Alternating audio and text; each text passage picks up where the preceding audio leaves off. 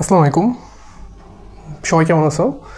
আজকে আমরা শিখব কোন একটা দশমিক সংখ্যার বর্গমূল কিভাবে আমরা ক্যালকুলেটর ছাড়া সহজে করে ফেলতে পারি। তো দশমিক সংখ্যা কোনগুলো? মনে করো 0.09 একটা দশমিক সংখ্যা, বা 0.0016 একটা দশমিক সংখ্যা, বা 0.0025 অথবা 0.25।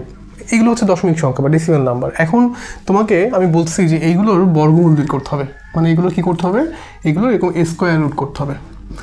তাহলে আমরা যে কাজটা করব, দেখো প্রথম নিয়মটা হচ্ছে ফার্স্টে দেখবা দশমিকের পরে যে কটা সংখ্যা থাকবে সেগুলো যেন জোড়ায় জোড়ায় থাকে। যদি জোড়ায় জোড়ায় থাকে তাহলে তুমি এই নিয়মটি অ্যাপ্লাই করতে পারবা। যদি জোড়ায় জোড়ায় না থাকে তাহলে তোমার কিন্তু জোড়ায় জোড়ায় বানায় নিতে হবে। কীভাবে সেটা আমি দেখাচ্ছি। মনে করো 0.09 এটা কিন্তু জোড়া আছে, কিন্তু যদি এরকম থাকতো 0.9, দেখো এটা কি জোড়ায় আছে? দশমিকের পরে কি দুটো জোড় আছে? তা জোড় করতে গেলে এখানে কি করতে হবে, এখানে একটা শূন্য আনতে হবে, তাহলে কিন্তু একটা জোড় সংখ্যা তৈরি হবে, তাই না? দশমিকের পরে জোড়া জোড়া থাকা লাগবে। তো আমরা প্রথমে এটা আসি, এটা মনে করে আমরা এখন জানি না, আমরা এটা দেখব। ফার্স্টে দেখো 9, এটা কি পারফেক্ট স্কোয়ার?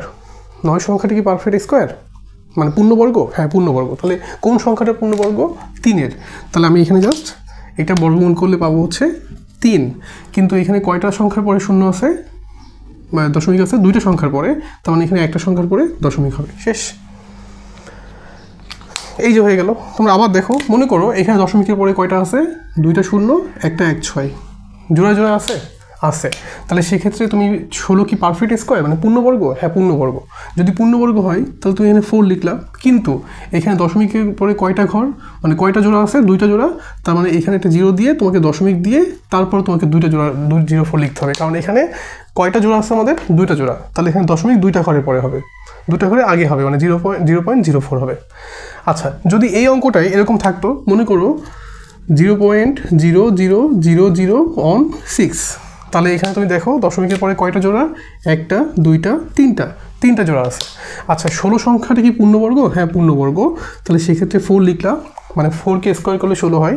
আর এখানে 1টা 2টা, তাহলে এই যে 1টা 2টা দিয়ে আমি এখানে পয়েন্ট দিলাম, তাহলে এটা হচ্ছে আমাদের এই সংখ্যাটার বর্গমূল।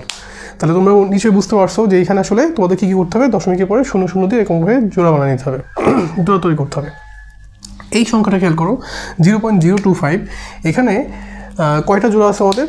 দেখো এই একটা জোড়া, এই একটা জোড়া, তার মানে আমরা 2টা জোড়া পাচ্ছি। 25 কি পূর্ণবর্গ? হ্যাঁ পূর্ণবর্গ সংখ্যা। তাহলে 5 লিখলাম, আর যেহেতু 2টা জোড়া তাহলে 0 দিলাম, দিয়ে আমরা একটা 0.05 লিখে দিলাম। আচ্ছা, 0.25, এখানে কয়টা জোড়া আছে দেখো তো দশমিকের পরে? দশমিকের পরে এখানে জাস্ট একটা জোড়া, তার মানে তুমি এখানে 5 লিখবা, জাস্ট 0.5। তাহলে আমি কিন্তু এইভাবে যে কোনো দশমিক সংখ্যা বর্গমূল বের করে ফেলতে পারবো যদি তারা জোড়ায় জোড়ায় থাকে, এরকম জোড়া জোড়া তৈরি করে, বুঝছেন? তাহলে কিন্তু আমরা ইজিলি বের করে ফেলতে পারবো। এইটুকু নিয়ে কারো কোনো প্রবলেম থাকলে আমাকে বলো, এটা নিয়ে কিন্তু কারো কোনো প্রবলেম নাই। আচ্ছা, নেক্সট দেখি আমরা। মনে করো তুমি 0.09 কি করছো? 0.3 আসছে, 0.03 আসছে, মনে করো 0.03 আসছে। আমরা আরেকটা দেখি, মনে করো 0.9 আছে। দেখো এইটা কিন্তু আবার দশমিকের পরে জোড় সংখ্যা তৈরি হয় নাই, দশমিকের পরে জাস্ট একটা সংখ্যা আছে। তাহলে এই সংখ্যাটার বর্গমূল কত হবে? অনেকে ভুল করে এটা অ্যান্সার 0.3 লিখে দিবা। ভাই এটা কি 0.3 অ্যান্সার হবে? দেখেন তো, না এটা কিন্তু 0.3 অ্যান্সার হবে না। এইটা 0.3, বাট এইটা কিন্তু 0.3 হবে না। তাহলে এটা কীভাবে বের করতে হবে? এইটা আমরা কিন্তু এই যে বর্গমূল বের করা শিখছিলাম, মনে করে দেখো, মনে আছে আমাদের? সেই বর্গমূলের নিয়মে আমরা করে ফেলতে পারবো। কীভাবে দেখো, 0.9 এটাকে জোড় বানাতে গেলে আমাদের এখানে সংখ্যাটাকে কী আনতে হবে? একটা 0 নিয়ে আসতে হবে, তাই না? দশমিকের পরে তুমি সবার শেষে 0 যোগ করাও যা, না করাও তাই, মানে তুমি এখানে 0.90 লেখাও যা, 0.9 লেখাও তাই, একই জিনিস। কিন্তু আমরা কেন করলাম? কারণ এখানে একটা আমরা জোড় তৈরি করলাম, দশমিকের পরে একটা জোড় সংখ্যা তৈরি, মানে একটা জোড়া তৈরি করলাম। এখন তোমাকে আসলে বর্গমূল বের করতে হবে 0.90-কে। তো তুমি 0.90-কে না করে তুমি জাস্ট 90-কে বর্গমূল করো। মনে করো 90-কে বর্গমূল কীভাবে করতো আমরা? এখানে 90-এর পাশাপাশি পূর্ণবর্গ সংখ্যা কোনটা? 10কে পূর্ণবর্গ করলে কত হয়? দেখো 10কে পূর্ণবর্গ করলে কত হয়? 100। আর 9কে পূর্ণবর্গ করলে কত হয় 81। তো তুমি যে কোনো সংখ্যা লিখতে পারো তোমার ইচ্ছা।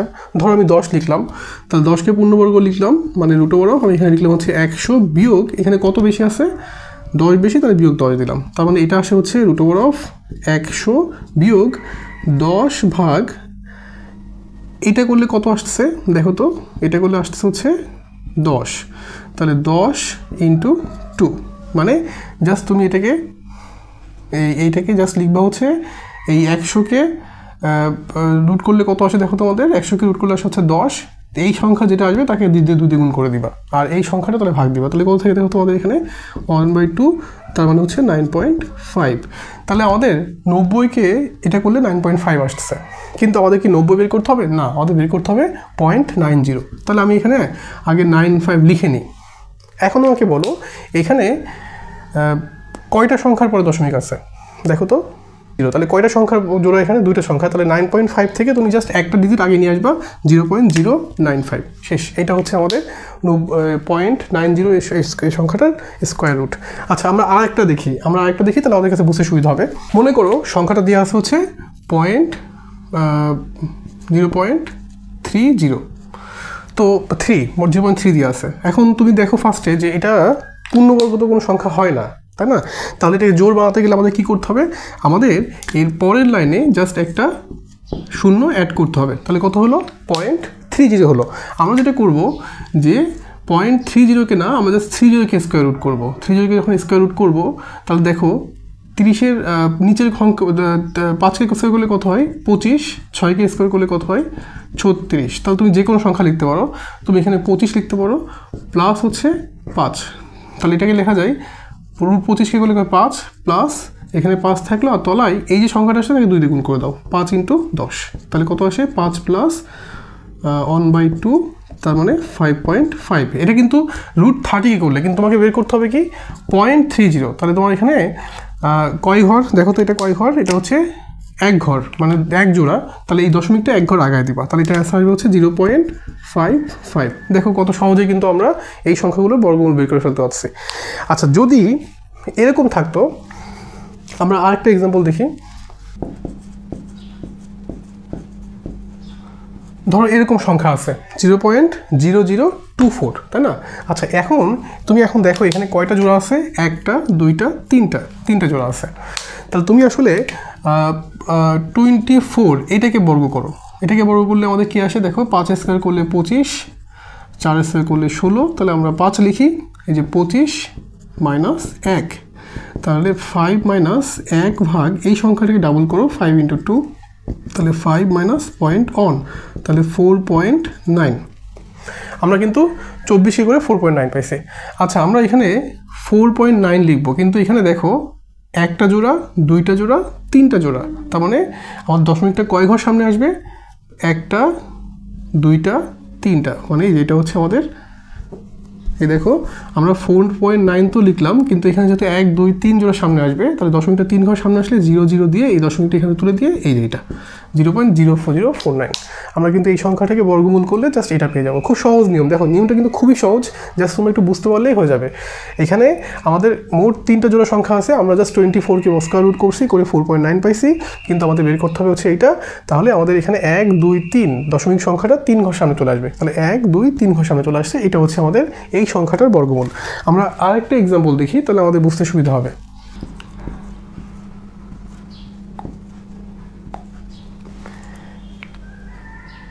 ওকে দেখেন আপনারা একটা সংখ্যা দেখেন 0.0000044 এরকম একটা সংখ্যা দিচ্ছে। এখানে কয়টা জোড়া আছে দেখি আমরা, 1টা 2টা 3টা 4টা জোড়া আছে দেখেন। তাহলে এই সংখ্যাটা জোড়া পাচ্ছি কয়টা, আমরা 4টা। এখন আপনি 144কে বর্গমূল করেন, এটা একটা পূর্ণবর্গ সংখ্যা, জাস্ট 12কে স্কোয়ার করলে এটা আসে, ঠিক আছে? কিন্তু তোমাকে কি 144 করতে হবে না, তাহলে 1 2 3 4 দশমিক সংখ্যাটাকে 4টার সামনে নিয়ে আসতে হবে। তার মানে আমাদের এখানে এটার জন্য একটা 0, এটার জন্য একটা 0, আর এই যে 1 2, তাহলে আমাদের কি আসছে দেখো তো 1 2 3 4, এই যে আমাদের দশমিক সংখ্যাটা এখানে চলে আসছে। এটা হচ্ছে আমাদের কাহিনী। আমরা জাস্ট এখানে তো 12.0 ছিল, তাই না, 0 0 ছিল। আমরা কি করছি, দশমিক সংখ্যাটাকে 4টা ঘর সামনে নিয়ে আসছি, যে 1 2 3 4, এই দেখো 1 2 3 4 4টা ঘর সামনে নিয়ে আসছি। তাহলে আমাদের এই সংখ্যাটার বর্গমূল হচ্ছে এইটা। সো তুমি ফার্স্টে দেখবো যে ওই সংখ্যাটা জোর মিলে কিনা, যদি জোর মিলে তাহলে তুমি জাস্ট এইভাবে চিন্তা ভাবনা করলে অঙ্কটা করে ফেলতে পারবা। 0.2025। আচ্ছা, এই সংখ্যাটা পূর্ণবর্গ কিনা তুমি এটা কীভাবে বুঝবা? তোমার তো মানে সবগুলো স্কোয়ার মনে রাখার দরকার নেই। তুমি যেটা করবা 2025কে তুমি প্রথমে 2 দিয়ে ভাগ দাও, কত আসে দেখো তো 10, আর এটাকে প্রথমে 5 দিয়ে ভাগ দাও, 5 দিয়ে ভাগ দিলে কত আসে দেখো তো 4, 0, 5। এটাকে প্রথমে 5 দিয়ে আবার 5 দিয়ে ভাগ দাও, তাহলে 5 8 40, আর 1 এটাকে 3 দিয়ে ভাগ দাও 27, 3 দিয়ে ভাগ দাও 9, 3 দিয়ে ভাগ দাও 3। আচ্ছা, এখানে তাহলে 2টা 5 মিলে হচ্ছে একটা 5, 3টা 2 মিলে একটা 2, 3, আর 2টা 3 মিলে একটা 2 লেখা যায়। তাহলে মোট কয়টা লেখা যাবে? 5 × 3 × 3, যে বেসিক নিয়মটা আমরা উৎপাদকে ভাগ করে করছি। তাহলে এখানে লেখা যায় 3 5 15, 3 15 45, এই 45 সংখ্যাটা লেখা যায়। তার মানে আমি বুঝতে পারলাম 2025 এটা আসলে 45কে স্কোয়ার করলে কিন্তু 2025 পাওয়া যায়। আমরা কিন্তু এই নিয়মটা শিখে আসছি পিচ্ছিকালে, কিন্তু আমরা এই নিয়মটা দেখছি আমরা। জাস্ট এই যে 2টা 5 মিলে একটা 5, 2টা 3 মিলে একটা 3, এই 2টা 3 মিলে একটা 3 লেখা যাচ্ছে। তাহলে হচ্ছে আমাদের মোট 45। তাহলে 45কে স্কোয়ার করলে 2025 পাবে। তাহলে তুমি এখানে 45 লিখে দিলা, তাই না? কিন্তু আমাদের জোড়া কয়টা এখানে দেখো তো, এই যে একটা 2টা, তাহলে দশমিকটা কয়টা সংখ্যার সামনে আসবে? দশমিকটা 2টা সংখ্যার সামনে আসবে। এখানে কিন্তু আসলে এই যে এইখানে দশমিক বসা দিলে কিন্তু আমাদের অ্যান্সারটা হয়ে যাচ্ছে। আমরা জাস্ট 2টা সংখ্যার সামনে দশমিককে নিয়ে আসছে। 45-এর পরে একটা দশমিক শূন্য ছিল, জাস্ট এই দশমিকটাকে 2টা ঘর সামনে নিয়ে আসছি আমরা, কারণ এখানে 2টা জোড়া আছে। তাহলে এটা হচ্ছে আমাদের এই সংখ্যাটার বর্গমূল। আমরা আরেকটা সংখ্যা দেখি, যেরকম পূর্ণবর্গ আরেকটা সংখ্যা দেখি, আমরা বুঝতে পারি কিনা। 1764, যদি এরকম সংখ্যা থাকে, এই দশমিক 1764, তাহলে আমরা যেটা করব, আমরা এই 1764 এই সংখ্যাটাকে পূর্ণবর্গ কিনা সেটাকে ফাইন্ড আউট করবো। 1764, তাহলে আমরা যদি দেখি, প্রথমে যদি আমরা 2 দিয়ে ভাগ দিই, তাহলে এখানে থাকে হচ্ছে তোমার, আবার 2 দিয়ে ভাগ দিই আমরা,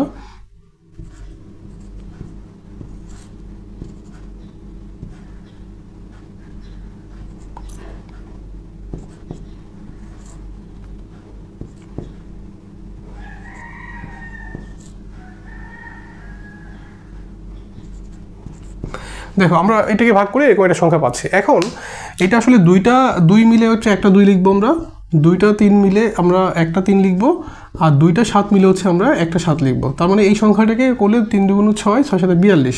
তার মানে 1764, এই যে 1764 এই সংখ্যাটা আসলে 42-এর উপরে স্কোয়ার। এটা তোমরা বুঝছো কিনা দেখো, আমরা এই সংখ্যাটা হচ্ছে 42-এর উপরে স্কোয়ার, এই কথাটা বলতে পারি। এখন 42-এর পরে কি আছে? একটা শূন্য দশমিক আছে।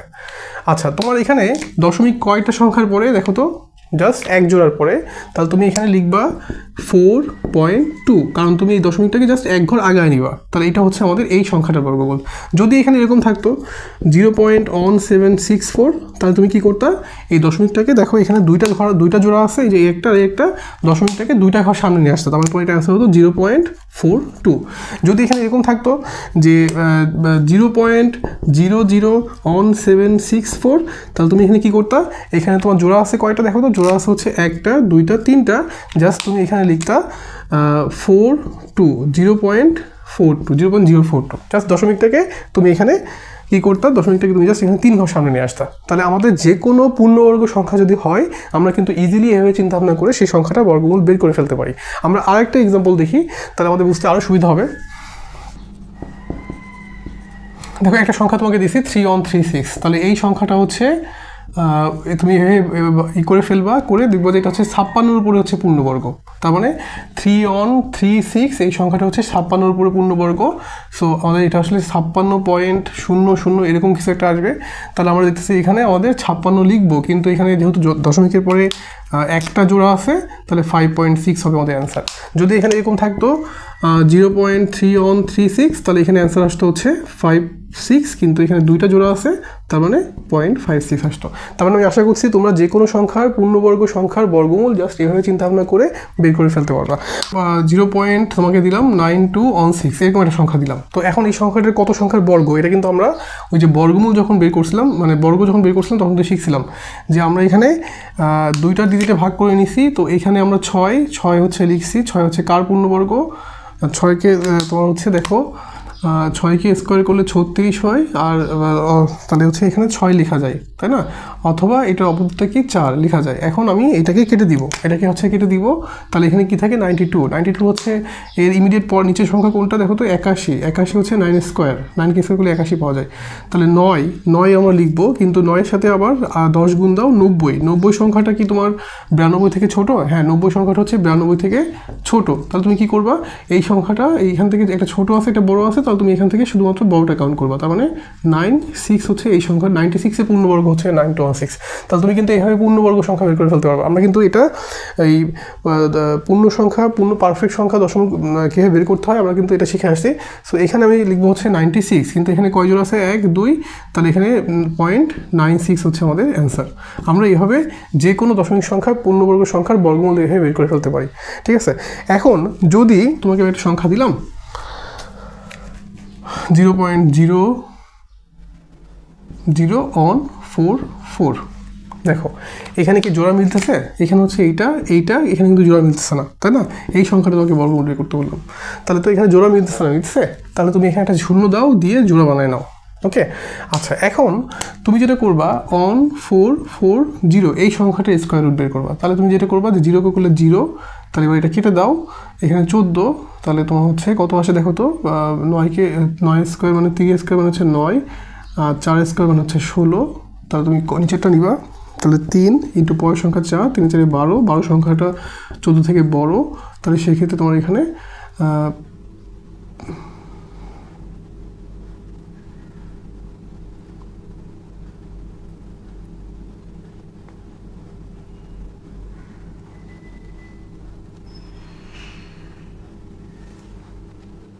না, এটা তুমি এনিমে করে ফেলতে পারবো না, বাদ।